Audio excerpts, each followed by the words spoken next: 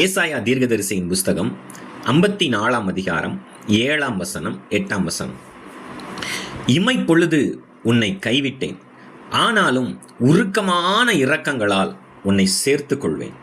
அற்ப காலம் மோண்ட கோபத்தினால் என் முகத்தை இமைப்பொழுது உனக்கு மறைத்தேன், ஆனாலும் நித்திய கிருபையுடன் உனக்கு இறங்குவேன் என்று கர்த்தராகிய உன் மீட்பர் சொல்லுகிறார். இப்போ நல்ல கவனிங்க, இந்த இடத்துல இமைப்பொழுது இமைப்பொழுது அப்படின்னு 2 வசனத்தில் அடுத்தடுத்து ஆண்டவர் எழுதி வச்சிருப்பார். இமைப்பொழுது உன்னை கைவிட்டேன், இமைப்பொழுது என் முகத்தை மறைச்சேன், நித்திய கிருபையோடு இறங்குவேன் என்று கர்த்தர் சொல்லுகிறார் அப்படின்னு இல்லை. அந்த இடத்துல ஒரு வேர்டை ஆண்டவர் ஆட் பண்ணுவார், கர்த்தராகிய உன் மீட்பர் சொல்லுகிறார். இப்போ நல்ல கவனிங்க, நம்மளை மீட்டெடுக்கிறதுக்கு ஆண்டவர் ரெடி ஆயிட்டார். உன்னை தூக்கி எடுக்கிறதுக்கு ஆண்டவர் கிரியை செய்ய போகிறார். எந்த சூழ்நிலைகளில், எந்த பாதையில், எந்த கடினமான காரியங்களில் நீங்கள் கடந்து போனாலும் அதிலிருந்து உங்களை மீட்கிறதுக்கு கர்த்தர் கிரியை செய்ய போகிறார்.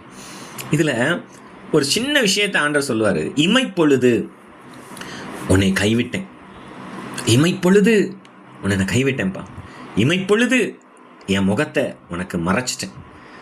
இஸ்ரவேல் ஜனங்களை ஆண்டவர் ஆசீர்வதிக்கும் போது மோசேக்கும் ஆசாரியர்களுக்கும் கொடுக்குற ஒரு பெரிய வேர்டு என்ன அப்படின்னா, இதுதான் ஒரு பிளெஸ்ஸிங். இதை தான் எல்லா ஊழியர்களும் சபைகளை ஆசீர்வதிக்கும் போது, தேவ பிள்ளைகளை ஆசீர்வதிக்கும் போது சொல்கிற ஒரு வார்த்தை, கர்த்தர் தம்முடைய முகத்தை உன்மேல் பிரகாசிக்க பண்ணி, கர்த்தர் தம்முடைய முகத்தை உன்மேல் பிரசன்னமாகி. ஏன் ஆண்டவருடைய பிள்ளைகளுக்கு ஆண்டவர் முகம் இரக்கம் உள்ளவர்களாக பார்க்கணும். இரக்கம் உள்ளவரா ஆண்டவர் தம்முடைய முகத்தை பார்க்கணும். அவர் நம்மளை பார்க்கும்போது நம்மளை பார்க்குறாரு அப்படிங்கிற ஒரு சந்தோஷம் இருக்கிறது மட்டும் இல்லை, அவருடைய முகம் இரக்கமுள்ள ஒரு முகமாக நமக்கு இருக்கணும்.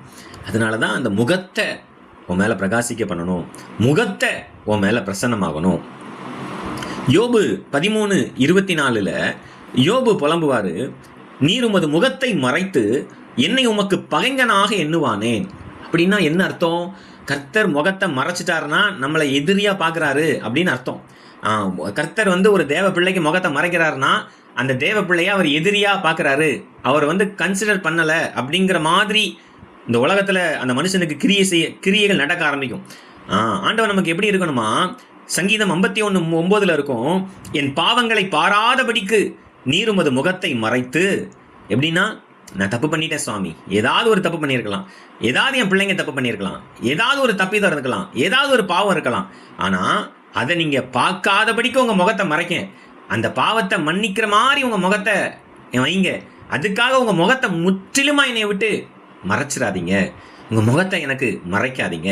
ஆண்டவர்கிட்ட சொல்லுங்கள், ஆண்டவரே இந்த உலகத்தில் நான் உயிரோடு இருக்கிற வரைக்கும் அல்லது உங்கள் வருகை வரைக்கும் நான் அந்த உலகத்தில் இருக்கும்போது உங்கள் முகம் எனக்கு மறைக்கவே கூடாது.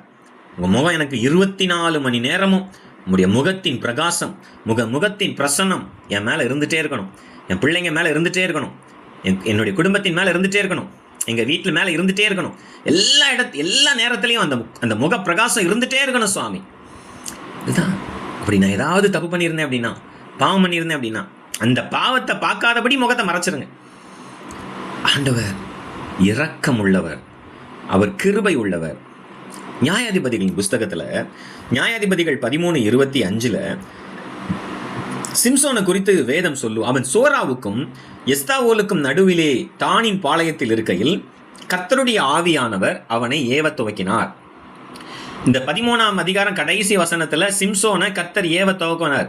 நியாயாதிபதிகள் 14ஆம் அதிகாரத்தில் அவன் நேராக போய் என்ன செய்வான் அப்படின்னா, சிம்சோன் திம்னாத்துக்கு போய் திம்னாத்திலே பெலிஸ்தேரின் குமாரத்திகளை ஒரு பெண்ணை கண்டு, பெலிஸ்தரின் குமாரத்தில் ஒரு பொண்ணை பார்த்துட்டு தாயும் தகப்பனையும் நோக்கி, திம்னாத்தில் ஒரு பெலிஸ்தரின் குமாரத்தில் ஒரு பெண்ணை கண்டேன், அவளை எனக்கு கொல்லணும்னு சொல்லும்போது அவங்க சிம்சோனுடைய தாயும் தகப்பனும் என்ன செய்வாங்க, ஏன் நீ போய் பெலிஸ்தர்கிட்ட இப்படி போய் நீ பெலிஸ்தியர் பண்ண தான் கல்யாணம் பண்ணணுமா, வேற பொண்ணே கிடைக்கலையா உனக்கு, ஏன் இப்படி போற அப்படின்னு நிறைய வாக்குவாதம் இருக்கும்போது அதுக்கு அடுத்த வசனம் சொல்லும், அவன் பெலிஸ்தரிடத்தில் குற்றம் பிடிக்க முகாந்திரம் உண்டாகும்படி இது கர்த்தரின் செயல் என்று அவன் தாயும் தகப்பனும் அறியாதிருந்தார்கள். எப்படின்னா, ஒரு புற ஜாதி, அதுவும் கர்த்தருடைய பிள்ளைகளை ஆளுகிற ஒரு இடத்துல இருக்கிற ஒரு பெண்ணை சிம்சோன் எனக்கு மனைவியாக வரணும் அப்படின்னு நினைக்கும் போது அவர் தகப்பனுக்கு தாயும் அது புரியலை. ஏன் புரியலை அப்படின்னா இது கர்த்தருடைய செயல். அதுதான் விஷயம். என்னன்னா நீங்கள் இந்த நேரத்தில் ஆண்டவருடைய கிரியைகளை புரிஞ்சுக்கணும். கர்த்தருடைய செயல் எல்லாமே கர்த்தருடைய செயல் தான், அவருடைய திட்டம் தான், அவருடைய தீர்மானம் தான். அவன் போய் பெலிஸ்தியரை அவன் சிம்சோன் மூலமாக பழி வாங்கணும்னு கர்த்தர் அவன் மேலே வச்சிருக்கிற தரிசனத்தை, அவன் மேலே வச்சிருக்கிற அந்த திட்டத்தை நிறைவேற்றுறதுக்காக சிம்சோனை கர்த்தர் மூவ் பண்ண ஆரம்பிச்சிட்டார். இப்போ நீங்கள் நல்லா கவனிங்க, இதுக்கு அடுத்து என்ன நடக்குது? இப்படி அவன் பெலிஸ்தியரோட சண்டை போட்டுட்டு இருக்கும்போது நியாயாதிபதிகள் 15:18 சிம்சோனுக்கு ஒரு ப்ராப்ளம் வருது. சிம்சோன் கழுதையினுடைய தாடை எலும்பை எடுத்து 1000 பேரை அடித்து கொன்னதுக்கப்புறம் அந்த இடத்துல என்ன நடக்குது? அவன் மிகவும் தாகமடைந்து கர்த்தரை நோக்கி கூப்பிட்டு, தேவரீர் உமது அடியான் கையினாலே இந்த பெரிய ரட்சிப்பை கட்டளையிட்டு இருக்க, இப்பொழுது நான் தாகத்தினால் செத்து விருத்த சேதனம் இல்லாதவர்கள் கையில் விழ வேண்டுமா என்றான். இந்த ஒரு வேடை தான் சிம்சோன் பேசுகிறான். என்ன சொல்கிறான்? எனக்கு இப்படி நான் பெரிய ரட்சிப்பை கொடுத்துருக்கீங்க, இப்போ எனக்கு தாகத்தினால நான் சாகிற மாதிரி எனக்கு தாகம் இருக்குது, நான் செத்து இந்த பெலிஸ்தியர் கையில் விழணுமா அப்படின்னு கேட்ட உடனே கர்த்தர் என்ன செய்கிறாரு? தேவன் லேகியில் உள்ள பள்ளத்தை பிளக்க பண்ணினார், அதிலிருந்து தண்ணீர் ஓடி வந்துச்சு. உடனே சிம்சோன் ஒரு வார்த்தை சொன்ன உடனே உடனே ஒரு பள்ளத்தை பிளந்து கர்த்தர் தண்ணி கொடுத்து அவனை காப்பாத்துறாரு. அவன் குடித்த போது அவன் உயிர் திரும்ப வந்தது, அவன் பிழைத்தான். அப்படி தண்ணி வரல அப்படின்னா அவன் செத்து போயிருப்பான். அந்த அளவுக்கு ஒரு கொடூரமான ஒரு நிலைமையில சிம்சோன் இருந்தபோது ஒண்ணுமே கேட்கல, கர்த்தர்கிட்ட ஒன்றும் சொல்லலை. ஒரே ஒரு கேள்விதான், ஆண்டவரே இப்படி நான் தாகத்துல இருக்கிறனே, நான் செத்து போயிட்டா இந்த பெலிஸ்தர் என்னை கொன்றுவாங்களே அப்படின்னு ஒரு வார்த்தை சொல்லும்போது உடனே ஆண்டவர் ஒரு பள்ளத்தை பிளக்க பண்ணி அந்த தண்ணியை கொண்டு வந்து உடனே சிம்சோனுக்கு கொடுத்துட்டார். சிம்சோனுடைய உயிரை காப்பாத்திட்டார். இப்படிப்பட்ட அன்பு நிறைந்த ஒரு மனுஷன் ஒரு ட்ராக்ல ஒரு விதத்தில் எங்கேயோ தப்பு பண்ணி அதே பெலிஸ்தர் கையில் மாட்டிகிட்டு இருக்கும்போது அந்த பெலிஸ்தர் அவனை என்ன செய்கிறாங்க? நியாயாதிபதிகள் 16:25 இப்படி அவர்கள் மன மகிழ்ச்சியாக இருக்கும்போது நமக்கு முன்பாக வேடிக்கை காட்டும்படிக்கு சிம்சோனை கூட்டிக் கொண்டு வாருங்கள் என்றார்கள். இப்போ சிம்சோனை அவங்க என்ன செய்கிறாங்களாம்? வேடிக்கை காட்டுறதுக்கு கூட்டிகிட்டு வந்தாங்க.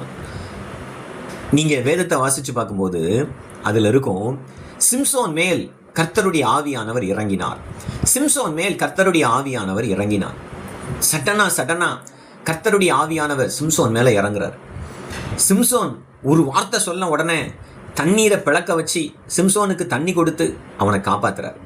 இப்போ சிம்சோன் எல்லாத்தையும் இழந்து அதே பெலிஸ்தர் கையில் ஒரு வேடிக்கை காட்டுற மனுஷனா கொண்டு வரும்போது இப்போ நீங்கள் ஒரு விஷயத்தை கவனிக்கணும்.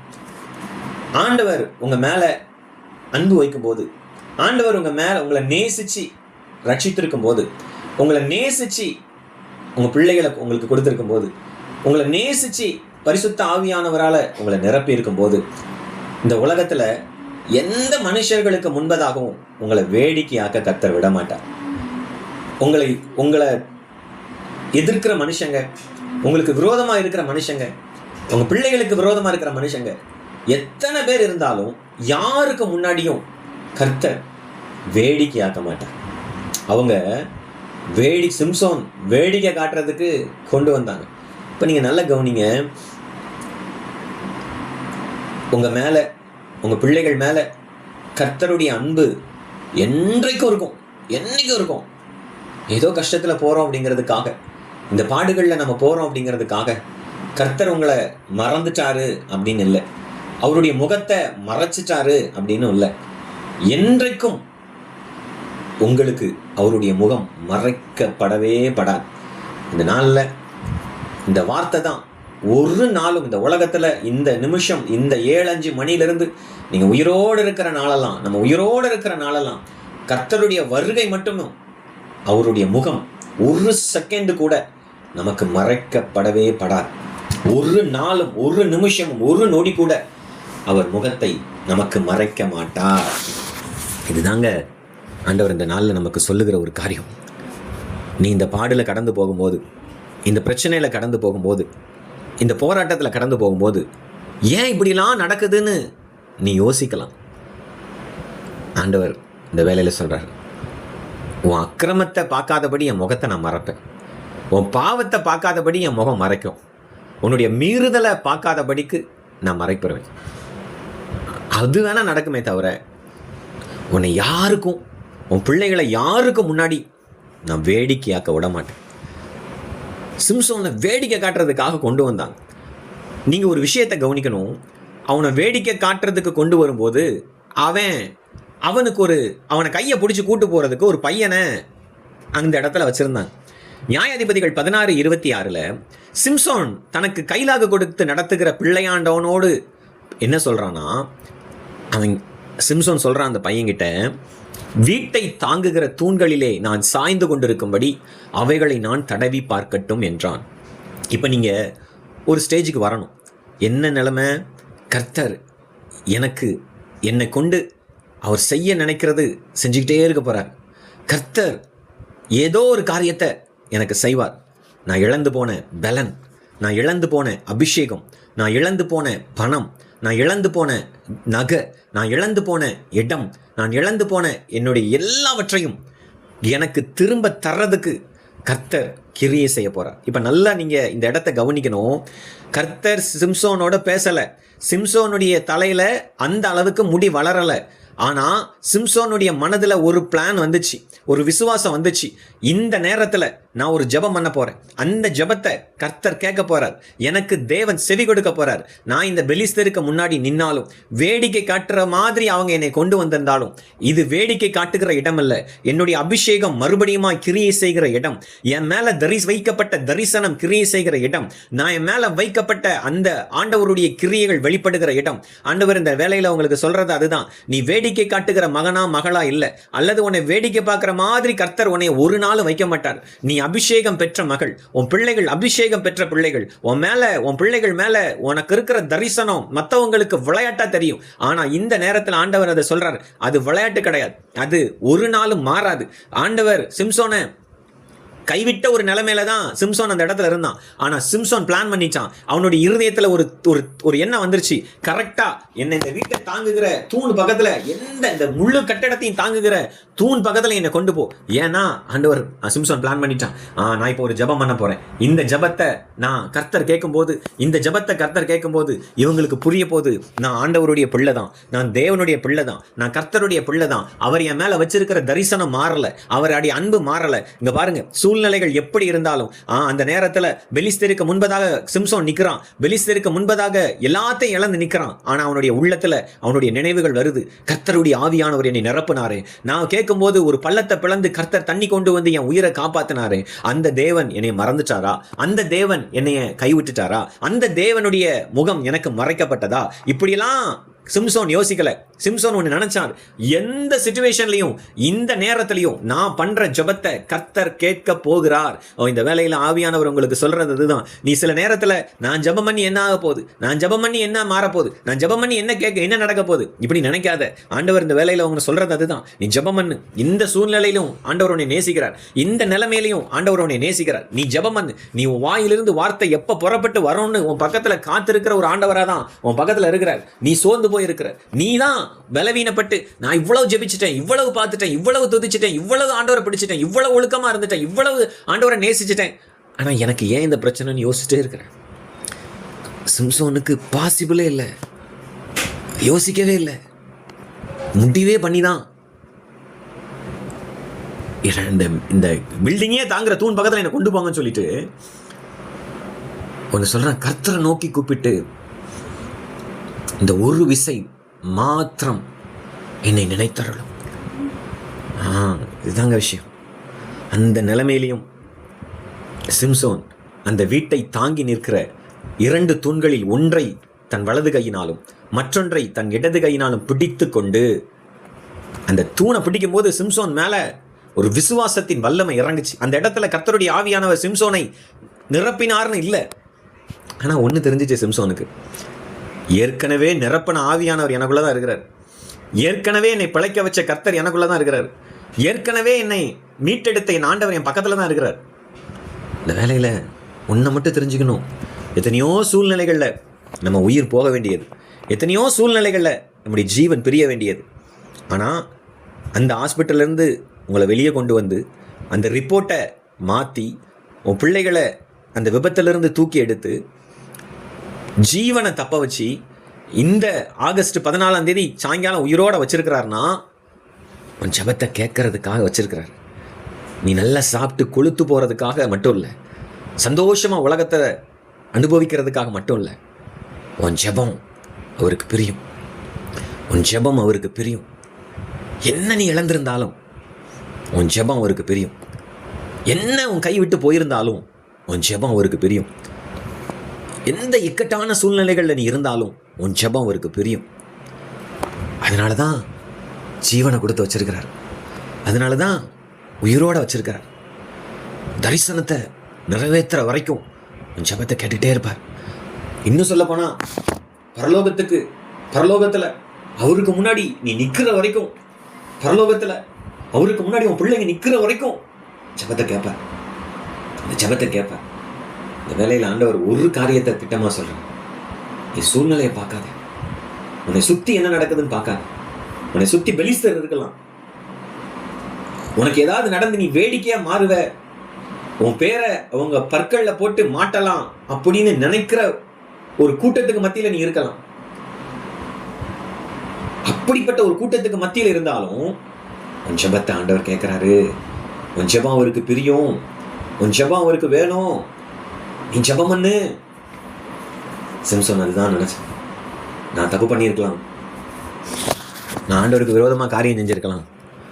ஆனால் என் மேலே கர்த்தர் வச்சிருக்கிற அன்பு மறுபடி வரும். அந்த அபிஷேகம் மறுபடி ஒர்க் ஆகும். அந்த பலன் எனக்கு கிடைக்கும். அந்த வல்லமை என்னை நிரப்பும். சிம்சோன் ஒரே ஒரு பிளான் தான் பண்ணும். யார்கிட்டையும் சொல்லலை. இந்த தூணை நான் தள்ள போகிறேன், இந்த தூண் இடிஞ்சு விழும், இந்த தூண் இந்த கட்டடத்தையே நொறுக்கும். ஒரு திட்டம் ஆண்டவர் இந்த வேலையில் சொல்கிறேன். நீ அப்படி தான் வாழணும். இந்த சூழ்நிலைகள் தலைகீழ மாறும். என் பிள்ளைகளுடைய பிரச்சனைகள் தலைகீழ மாறும். நான் ஜெபிக்க போகிறேன். என் ஆண்டவர் என் அபிஷேகத்தை உயிர்ப்பிப்பா. என் ஆண்டவர் என் சத்தத்துக்கு முன்ன விட, இந்த ஆகஸ்ட் 14 இருந்ததை விட ஏழத்தனையாக என்னுடைய சத்தத்துக்கு செவி கொடுக்கிறவராக அவர் வருவார். என்னுடைய சத்தத்துக்கு அவர் செவி கொடுக்கிற கர்த்தராக இருப்பார். பிசாசு சொல்லுவான், நீ இவ்வளோ ஜெபம் பண்ணிட்ட, இவ்வளோ போராடுற, எதுவும் மாறல, எதுவும் நடக்கலை, எத்தனையோ சத்தியத்தை கேட்க தான் செய்கிற. அப்படிலாம் பிசாசு சொன்னாலும் நீங்கள் ஜெபம் பண்ணுங்க, ஜெபம் பண்ணுங்க. ஆண்டவர் என் சத்தத்துக்கு செவி கொடுக்கிறவர், எனக்கு செவி கொடுக்கிறவர். ஒரு நாளும் அவருடைய முகத்தை எனக்கு மறைக்க மாட்டார். ஒரு நாளும் அவருடைய முகம் எனக்கு மறைக்கப்படாது. எந்த பிசாசின் வல்லமைகளாலும், மனுஷீக வல்லமைகளாலும் இல்லை, நான் ஒருவேளை தெரியாமல் தப்பு பண்ணாலும் எதுனாலையும் அவர் முகத்தை எனக்கு மறைக்க மாட்டார். சிம்சோனுக்கு இமைப்பொழுது மறைச்சார். ஆனால் மறுபடியும் ஒரு இரக்கமாக பார்க்கும்போது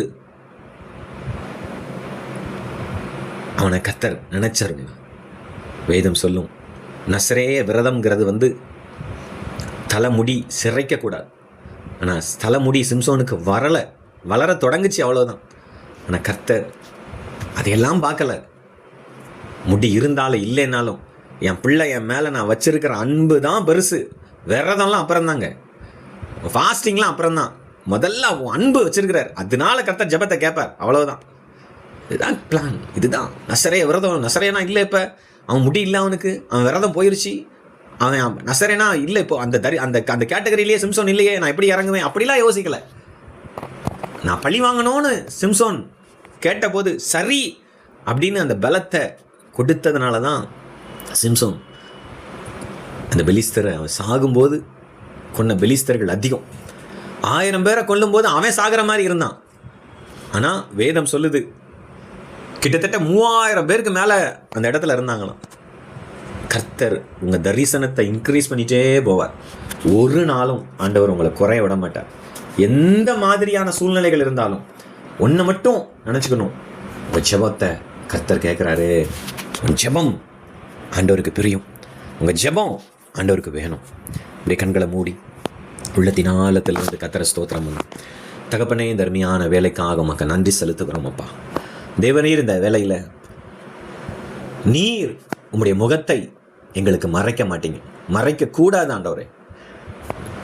இந்த உலகத்தில் நாங்கள் இருக்கிற வரையிலும் உம்முடைய முகம் மறைக்கப்படாமல் இருக்கணும். உம்முடைய முகம் மறைக்கக்கூடாது. உம்முடைய வருகை பரியந்தமும் மறைக்கப்படக்கூடாது. கர்த்தாவே, இந்த ஆசீர்வாதத்தை நாங்கள் எடுத்துக்கொள்கிறோம். எங்களை நினைத்தருளும், எங்களை நினைத்தருளும். ஒருவேளை நாங்கள் ஆதியில் கொண்டிருந்த அந்த அன்பை விட்டுருக்கலாம், அந்த ஜெபத்தின் ஆதிக்கம் இல்லாமல் இருக்கலாம், அந்த வேத வாசிப்பினுடைய ஆதிக்கம் எங்கள்கிட்ட இல்லாமல் இருக்கலாம். மறுபடியுமாய் எங்களை தூக்கி எடுத்து ஆண்டவரே எங்களை ஜெபம் பண்ண வைங்க. உம்முடைய வார்த்தையின் மேலே, உம்முடைய அன்பில் நாங்கள் நிலைத்திருக்கிறதுக்கு எங்களுக்கு பலன் தாங்க. உடைய பிள்ளைகள் மேல் நீங்கள் அவ்வளவு அன்பாக இருக்கிறீங்கப்பா. எத்தனை மரண பள்ளத்தாக்கிலிருந்து எங்களை தூக்கி எடுத்திருக்கீங்க. அப்படின்னா இன்னும் நாங்கள் செய்கிற ஜெபத்தை நீங்கள் கேட்குறீங்க. அந்த விருப்பம் உங்ககிட்ட இருக்கிறதுனால தான் இது நடக்குது. அதை நாங்கள் உணர்கிறோம், விசுவாசிக்கிறோம். ஒரு விசை மாத்திரம் எங்களை நினைத்தருளும். இந்த இன்னும் ஒரு விசை எங்களை ஒவ்வொரு நாள் அப்படி நினைக்கணும்ப்பா. நாங்கள் தப்பு பண்ணுறவங்க தான், எங்கள் பிள்ளைங்க தப்பு பண்ணுறவங்க தான். ஆண்டவரே, நீங்கள் எதிர்பார்க்கிற எந்தவித பரிசுத்தத்தையும் எங்கள்கிட்ட இல்லாமல் இருக்கலாம். உங்கள் அளவு, நீங்கள் எதிர்பார்க்குற அளவு எங்கள் பிள்ளைங்கள்ட்ட பரிசுத்தம் இல்லாமல் இருக்கலாம், எங்கள்கிட்ட பரிசுத்தம் இல்லாமல் இருக்கலாம். ஆனால் ஒவ்வொரு நாளும் நீர் எங்களை நினைத்தருள வேண்டும். இந்த உலகத்தில் நீங்கள் குறிச்சிருக்கிற நாளளவு எங்களை நினைத்தருள வேண்டும். என் பிள்ளைகளை நினைத்தருள வேண்டும். நீங்கள் நினச்சிக்கிட்டே இருக்கணும் எங்களை. நாங்கள் டெய்லி இதை சொல்லலைனாலும் இந்த நேரத்தில் சொல்கிறோம். எங்களை நினச்சிக்கிட்டே இருங்க. எங்கள் ஜெபத்தை கேட்டுக்கிட்டே இருங்க. எங்கள் முகத்தை இரக்கத்தோடு பார்த்துக்கிட்டே இருங்க. யோபுவின் முகத்தை பார்த்தீங்களே, ஒரு இரக்கம் வெளிப்படுறதுக்கு 2 மடங்கு நன்மை வர்றதுக்கு ஒரு உங்கள் முகத்தை பார்த்தீங்களே, அதே மாதிரி கர்த்தர் எங்களை பார்க்கணும்ப்பா. உங்களுடைய கரத்தில் தாழ்த்தி